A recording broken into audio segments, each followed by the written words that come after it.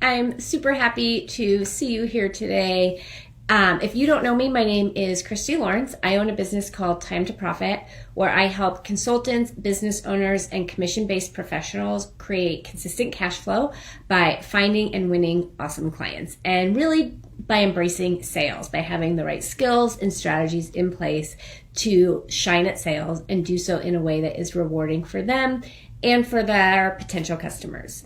So today I really want to tackle this topic of selling when you're scared. Obviously, I'm talking about this today because there are a lot of business owners right now that are rightfully fearful for their livelihoods. And if you're one of them, what I really want you to hear me say today is it's okay to be scared.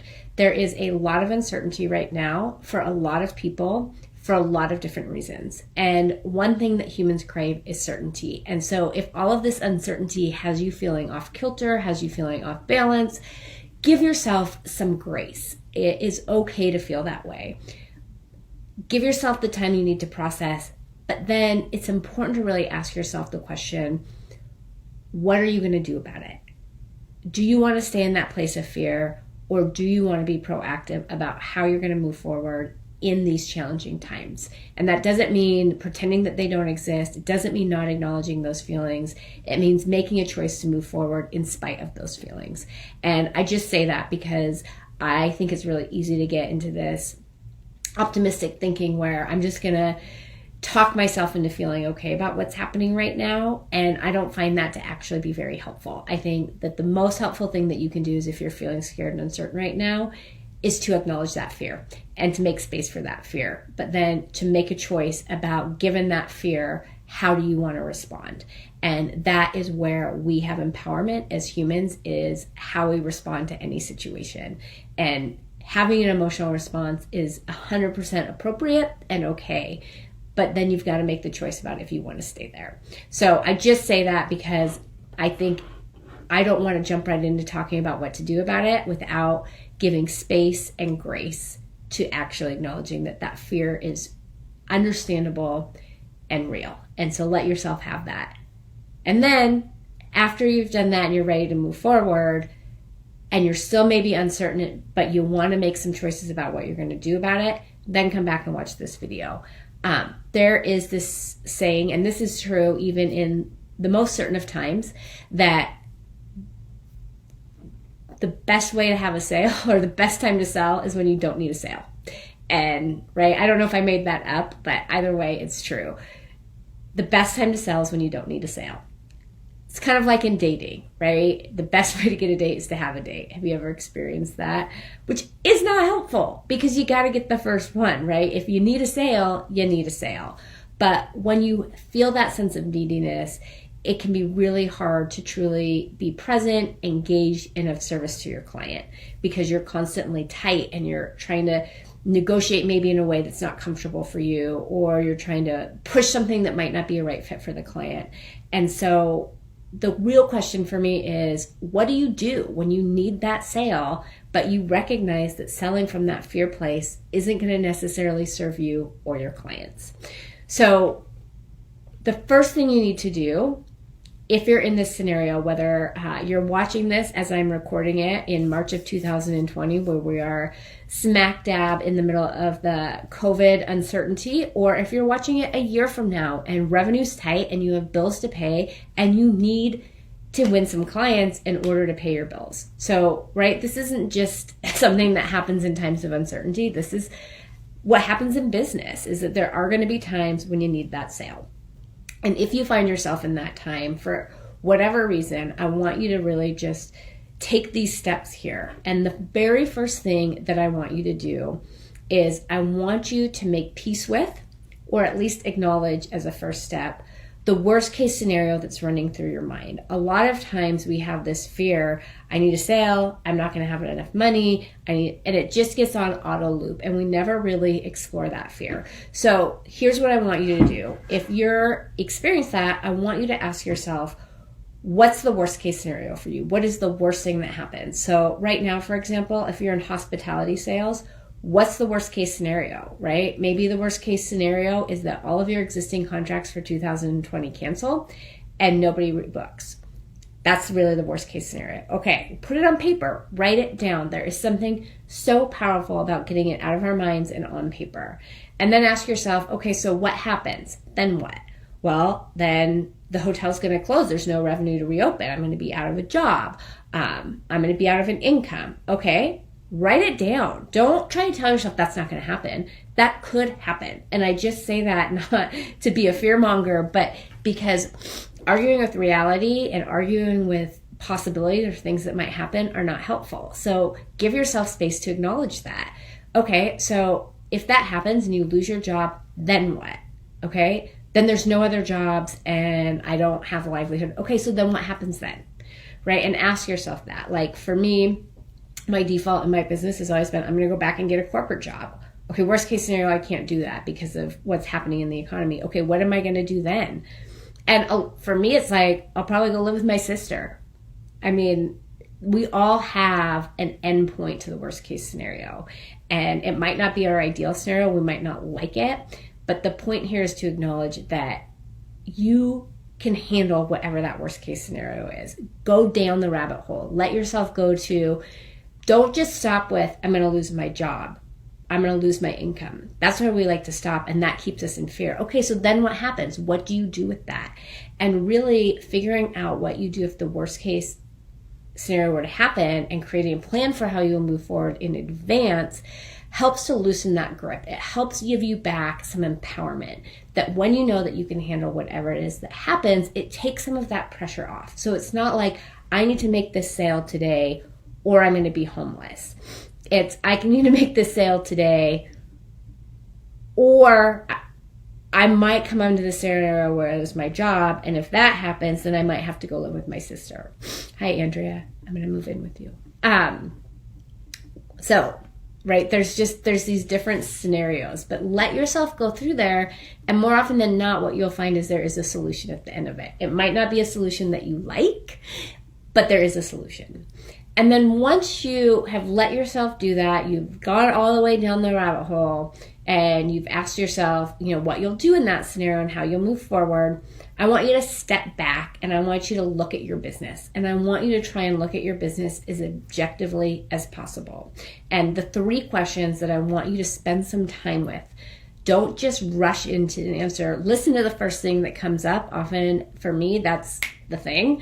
And it surprises me. I'm like, what? But go with it. A lot of times when I do these exercises, when I'm trying to create a strategy, when I'm trying to work through things, is I'll write down the initial thing that came up that happened.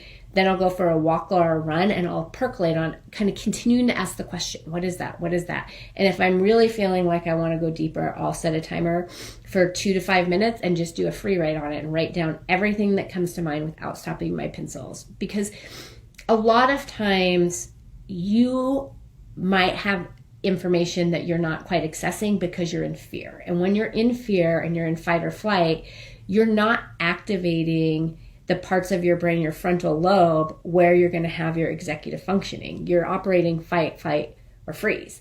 And so all of these things are designed to help get you out of fight, flight, or freeze so you can get your executive functioning back online and come up with some ideas. So I'm going to tell you the questions, I promise, but I want to give you the process. So ask yourself first these questions. Spend time with them on your own. And then once you've done that, go talk to a couple of friends and ask them these same questions. People that understand your business, colleagues, mentors, to see what else is there that I might have missed. But ask yourself the questions first. Oftentimes we go external first, and in doing so, then we don't give ourselves opportunities to really think through the problem on our own, and we shut down our own creative thinking. So access your own creative thinking first, and then go get the help and support from your mentors. So the questions that I want you to ask yourself are, number 1, what opportunities might I be overlooking?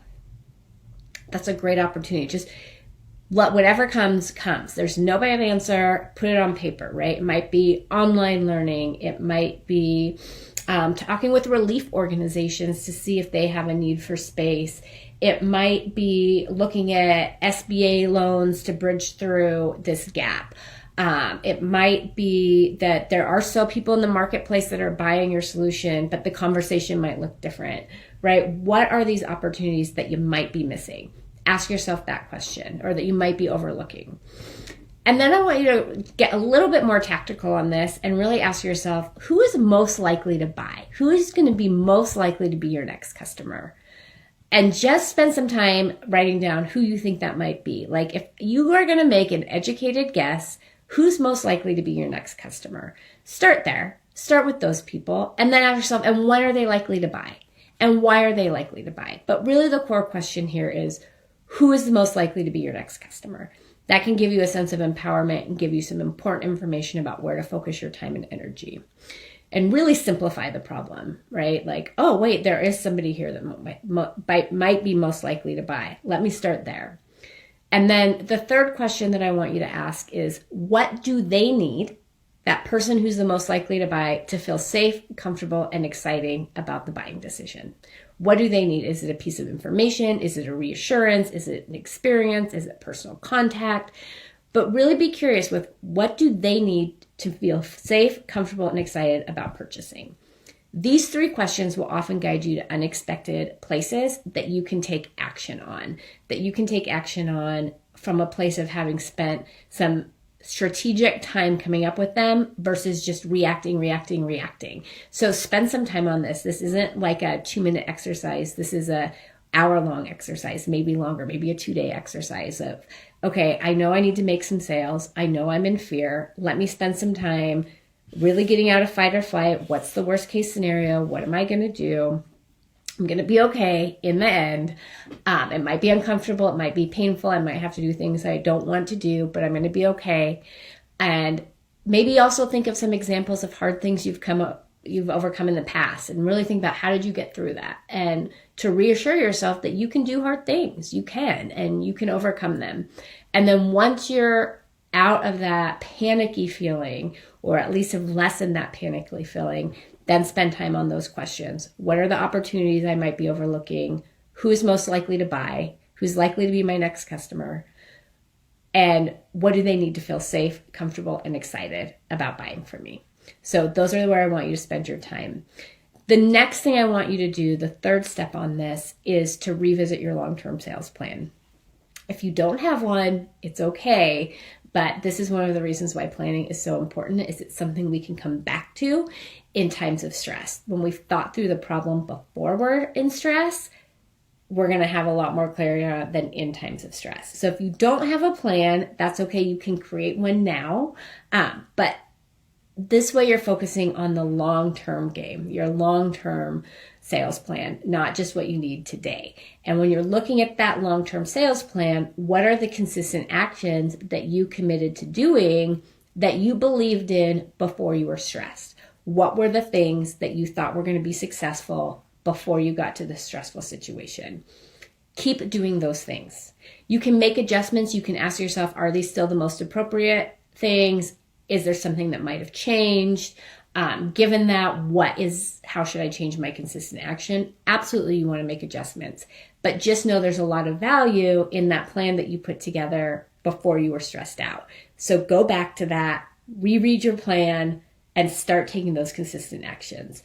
Don't let the fear and uncertainty stop you from showing up in your business, because sales and winning customers is a long-term game. It's not something that happens overnight. Sometimes we have quick wins and quick successes, but a lot of times those wins that we have were built over time, and they were built through taking consistent action. And if you want to create consistency on the revenue side of your business, you need to be consistent on the action side of your business. That's the way it works. I hate to hear that, because consistency is not my strong suit. So it's not like this is an easy pill for me to swallow either, but it's the truth. But those consistent actions don't have to be complicated. They don't have to be time consuming. They can be simple things that you committed to doing on a daily, weekly, monthly, and quarterly basis.